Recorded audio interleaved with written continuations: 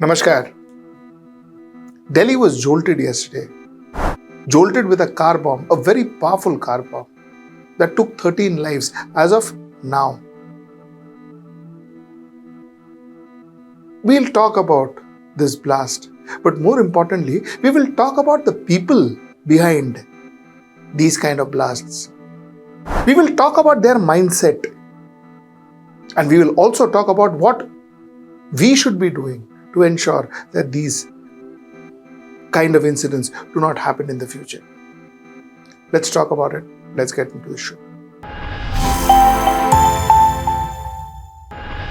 I'll first take you through the incident.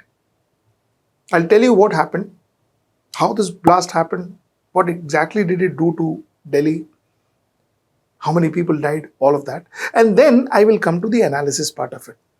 So people who have already heard the details, which is what I'm going to reiterate, which is what I'm going to tell you, people who have already heard the details could skip my first part and go right to my next part, which is the analysis.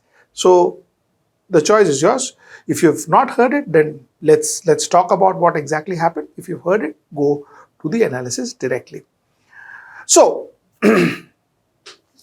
yesterday, that is 10th of November 2025, a powerful explosion ripped through the area gate number 1 of the Red Fort metro station. A Hyundai bearing Haryana registration, that is HR 26 CE 7674, burst into flames at a very busy traffic signal, killing at least 13 people and injuring around 20 others. The blast, which set nearby vehicles ablaze and caused chaos in one of the most crowded heritage zones in the capital.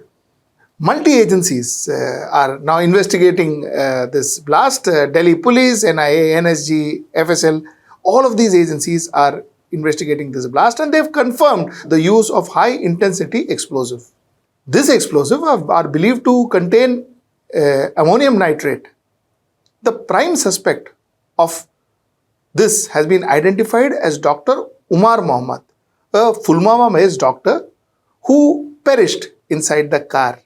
Or investigators suspects that Umar may have triggered the detonator while driving.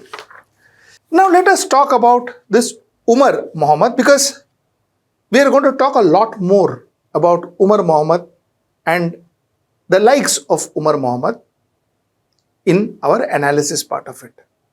So let's talk about Umar Mohammed. Umar Mohammed is a member of the radical doctors group that coordinated on Telegram and has links to Jaish-e-Mohammed. Jaish-e-Mohammed, if you remember, is a Pakistani-based terror group, and it is at the center of Delhi blast now. Born in Jammu and Kashmir's Pulwama on the 24th of February 1989, Umar Mohammed was a doctor in Al-Fatah Medical College in Faridabad. He received his MD medicine from Government Medical College in Srinagar and served as a doctor resident at the GMC, Anantnag, before being transferred to Faridabad. Now mind you, he was allegedly close to aides of Adil Ahmed Rathar and Mujammil Sheikh, the two doctors who were arrested on Monday for being involved in the white-collar terror module.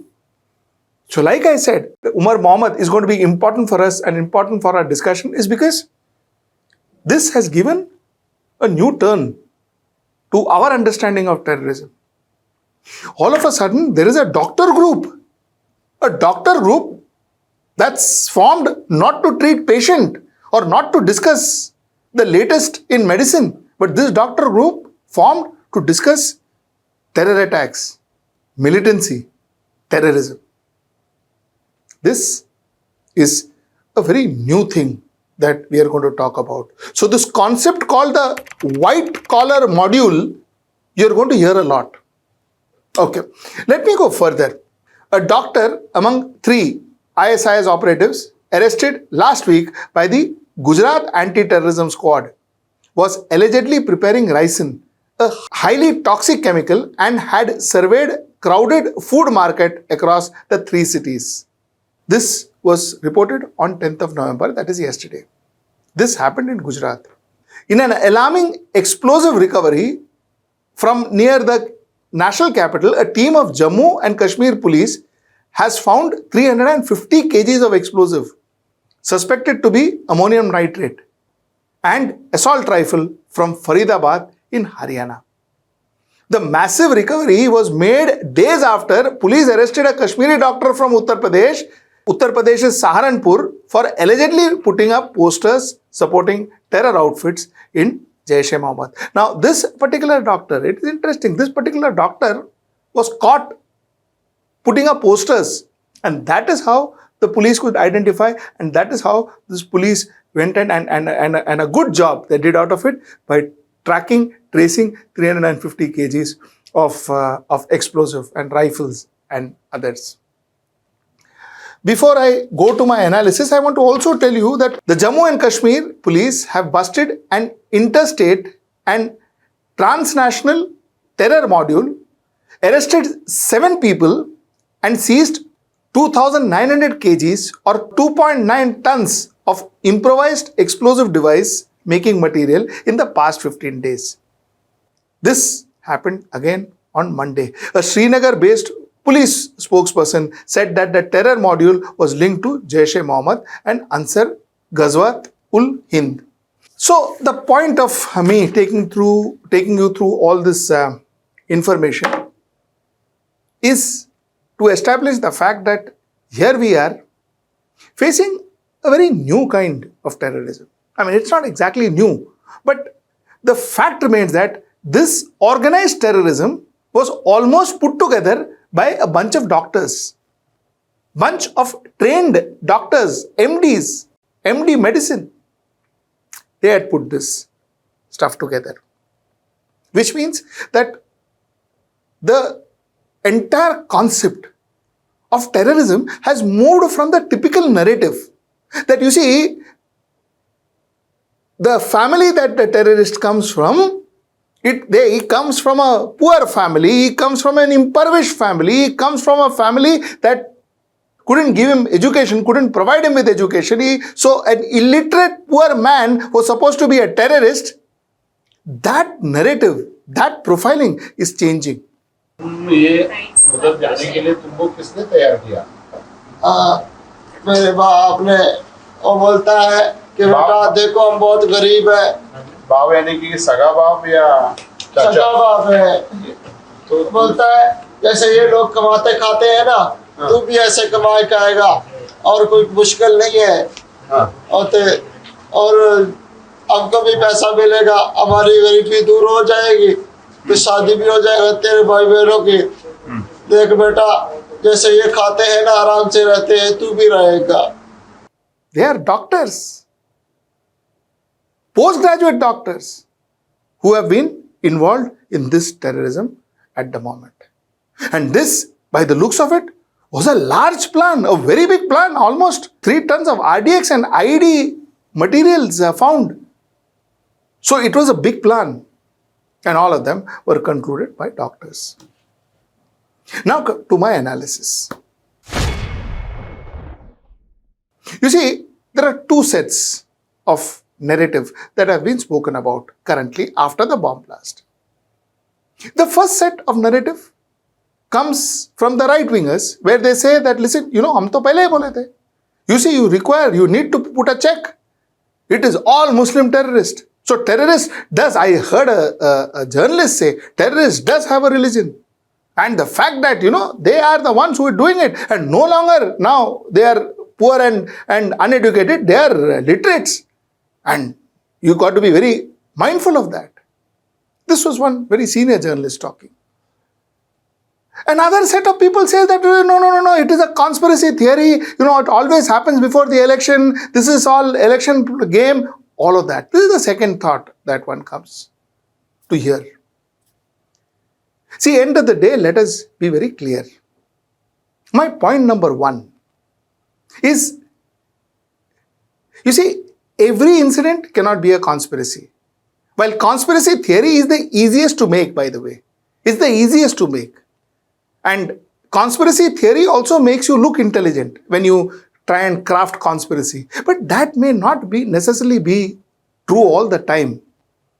It may be an easy way out, but that may not be true all the time. And you know what happens if you are not more or less clear about what is happening? If you don't understand where you're going wrong, you will never understand how to correct where you went wrong. And attacks like this will continue. So my first point is, let us keep these conspiracy theories out for the time being. There has been a blast in Delhi. Let us talk about what caused that blast. And let us talk about how we can ensure that this blast doesn't happen again. Point number 1. Point number 2. Let us address the elephant in the room. You see, this has been caused by Muslim youth. Now, the fact remains that I definitely do not believe that, terrorism has a religion, and therefore you should, because one person who went and who blasted is a Muslim, so every Muslim should be held responsible. All that I definitely do not agree. I have never believed that in my life, and I am not going to believe that till I die. But the fact also needs to be addressed is that it is high time that Muslims, especially educated Muslims, should come out in the open, campaign against these kind of terror attacks. Because it is not only spoiling the name of Islam in India, it is spoiling the name of Islam across the globe. You need to have campaigns where you condemn such people, condemn people like Umar Muhammad. Tell the world that this guy cannot be a Muslim. We do not want him near us. It can't just happen in small gatherings and in some interviews. No, you have to come out openly, talk about it openly, make a nationwide campaign. Let the whole world see that these people do not represent Muslims. You see, it is now also the responsibility of Muslims to do it. The point is, today, people blame Muslims when there is a terror attack. And a lot of us believe that ordinary Muslim will never endorse such attacks. A lot of us believe. But the fact remains that it is required that people from the Muslim community come out and talk about it. Talk about it vociferously. It is high time. Muslim community cannot soft pedal it. Every Maulana, every masjid, every community leader, every key opinion leader in Muslims, every Muslim who is a celebrity, who is a star, every Muslim needs to come out and condemn this act. Show the world that Muslims have got nothing to do with it. And show the world, reiterate to the world that terrorism has no religion. I mean, you can't be mum. You can't be quiet. You can't let this pass by always. It's time you stand up and talk. Point number 1. My point number 2. You see, the groups who are blaming Muslims, who say that terrorism has a religion, and you see every second every terrorist is a Muslim and all of that. What are you trying to do? What are you trying to do? By spreading hate against a community, what are you achieving? Will this stop by you spreading hate against Muslims, or is it going to grow because you are going to create more antagonized Muslims? What are you trying to do? By creating hate against your own people, because Muslims of India are our people, they are our own people. By creating hate against them, are you helping those terrorists or are you helping the country? Think about it. By creating hate against Indian Muslims, you are helping your terrorists. You are helping people across the border possibly, or wherever they are. Does that make sense? And by blaming a particular community, do you think something is going to come out of it? Is there a solution? Is there a solution going to come out by blaming people? What are you going to do? Wish Muslim away? If you can't do that, then why blame them? might as well think of a way to work with them. Figure out how can we work with them. And that's my point number 3. You see, it is time we start studying, understanding people like this Umar, Muhammad, these terrorists.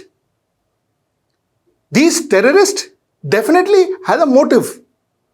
And that motive, I don't think, is necessarily Islam or their religion. Killing can't be a religious motive. And what are they talking about? What do they want? Why are they doing it? For Kashmir? When you say Kashmir, are you talking about Kashmir, the real estate? Or are you talking about people, the Muslims who stay in Kashmir? What are you exactly talking about? I ask this people like Umar, Muhammad, who is he fighting for? Who did he die for? The real estate Kashmir or the people of Kashmir? The Muslims of Kashmir? Because if he is fighting for the Muslims, then when Rohingyas were thrown out, no Pakistan accepted Rohingyas in their land. No Saudi Arabia accepted Rohingyas in their land. No Afghanistan accepted Rohingyas in their land. They all landed up in our border. Where was the Muslim Ummah then? Where was the love for Muslim then? So my question again, who are you fighting for?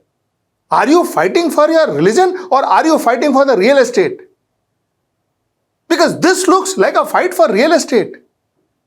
I don't see this as a fight for your religion. Because if you are fighting for your religion and your people, then the best place to be in is where they are currently. That is in India. The growth, the kind of prosperity that we saw in Kashmir is far more than Pakistan-occupied Kashmir. They are doing far better than Pakistan-occupied Kashmir economically, education-wise, health-wise, every parameter they are doing well. So why do you want to spoil it? Why do you want to spoil it if it isn't just for that real estate that you are after? This is a question that needs to be asked. And this is a question that I think every key opinion leader in Muslim should make the people understand. Again, I am saying it is not that every Muslim supports them or bulk of the Muslims do not support such acts. In fact, they condemn such acts. My request is, please come openly and talk about it so that the world knows that Muslims condemn these acts. That's the point I wanted to make. These small steps are important because communicating, sending message to the world is important. Sending message to your next door neighbor who could be a Hindu and today could be sad, could be angry with a Muslim because maybe one of his relatives got killed today. He would be angry and he needs to be told that you're with him and not with the terrorist who attacked him. This is important. And that is the first step. I don't say this is a solution. There are far more in-depth analysis and in-depth strategy that needs to be incorporated. This is the first step. And finally, you see, while I do not disagree to use of force, use of law against these people, of course you should use force, you should use law against these people. But the most potent force is behavioral change. The concept of behavioral change. Behavioral change can be brought about. Behavioral change happens. We've seen societies transform through social behavioral change. That needs to be put in place. A plan needs to be put in place. It's very imperative. That's the point I want to make. What I said may sound theoretical, but believe me you, action, reaction is never a solution. And definitely not a permanent solution at all. That's the point I wanted to make. Till I see you next time, that's tomorrow at 10. Namaskar.